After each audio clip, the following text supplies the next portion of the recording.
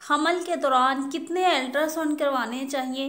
तो अल्ट्रासाउंड को इजाद हुए 60 साल से ज़्यादा का टाइम हो चुका है। अब तक कोई केस ऐसा नहीं है जो कि जिसमें अल्ट्रासाउंड की वजह से माँ या बच्चे को कोई नुकसान हुआ हो।